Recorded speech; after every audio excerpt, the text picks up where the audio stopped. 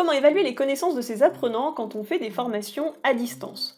Aujourd'hui, je vous propose un rapide petit tour d'horizon des différentes possibilités d'évaluation qui existent dans Digiformat et dans quel contexte les utiliser pour optimiser au maximum leur utilisation dans vos formations à distance. Premièrement, nous avons le fameux quiz en présentiel ou quiz synchrone qui peut donc être utilisé lors d'une formation synchrone. On peut bien sûr l'utiliser en présentiel, on peut évidemment l'utiliser à l'occasion d'une classe virtuelle. L'intérêt du quiz en présentiel, c'est qu'en fait, il va demander à tous les apprenants de se connecter sur un même quiz et de répondre aux mêmes questions en même temps. Le quiz en présentiel, il a été pensé comme un outil d'animation de formation, c'est-à-dire que vous allez pouvoir demander à vos apprenants de répondre à un quiz en même temps pour faire une sorte de vote, pour mesurer le niveau de compréhension qu'ils ont d'une notion que vous avez partagée.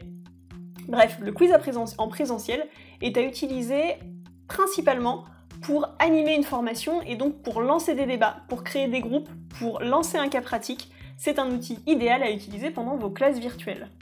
Deuxième type de quiz disponible dans Digiformat, il va s'agir du QCM asynchrone, où cette fois-ci l'apprenant va pouvoir répondre quand il veut pendant sa formation. L'intérêt du QCM asynchrone, justement, c'est qu'il va permettre au stagiaire d'évaluer ses connaissances de son côté et donc de fournir un travail personnel pendant la formation. C'est-à-dire que autant pendant les phases de classe virtuelle vous accompagnez l'apprenant, vous lui prenez la main pour lui montrer ce qu'il doit faire, autant pendant les phases asynchrones, il est tout seul et il doit donc prendre du recul sur ce qu'il a appris et être capable de mobiliser les connaissances qu'il a engrangées pendant la période de classe virtuelle. L'intérêt du quiz asynchrone, il y en a plusieurs, ça peut évidemment être un moyen de mesurer les connaissances de l'apprenant, c'est également un outil pour calibrer vos classes virtuelles, puisqu'en fait ça va vous permettre de voir quel est le niveau de connaissance de l'apprenant, quels sont les éléments sur lesquels il bloque et sur lesquels il va falloir revenir pendant la classe virtuelle. Et enfin, dernier type d'évaluation disponible dans Digiformat, il s'agit des réalisations. Les réalisations, elles ont ceci d'incroyable qu'en fait elles vont permettre aux formateurs de noter les réalisations des apprenants, comme leur nom l'indique.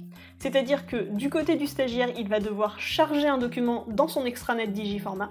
Ça peut être un texte, ça peut être une vidéo, ça peut être des photos. Et ensuite le formateur va accéder à ce document et va pouvoir le noter de façon qualitative. L'intérêt des réalisations, c'est que ça permet en fait de passer à un nouveau palier au niveau des connaissances de l'apprenant, puisque cette fois-ci on ne va pas juste lui demander de se rappeler de ce qu'il a fait, mais bien d'être capable d'utiliser ses connaissances et de prendre du recul vis-à-vis de ses connaissances. Ça peut être par exemple la réalisation d'un geste technique, la réalisation d'un cas pratique. Autant d'éléments qui vont montrer que non seulement le stagiaire a retenu, mais surtout qu'il a compris ce qu'on a essayé de lui enseigner. J'espère que cette petite vidéo de rappel vous a plu, n'hésitez pas bien sûr à vous référer au tutoriel disponible dans la page d'aide de Digiformat qui vous permettent de retrouver exactement comment utiliser chacune de ces évaluations de leur côté. Et puis je vous dis à la semaine prochaine pour un prochain vlog.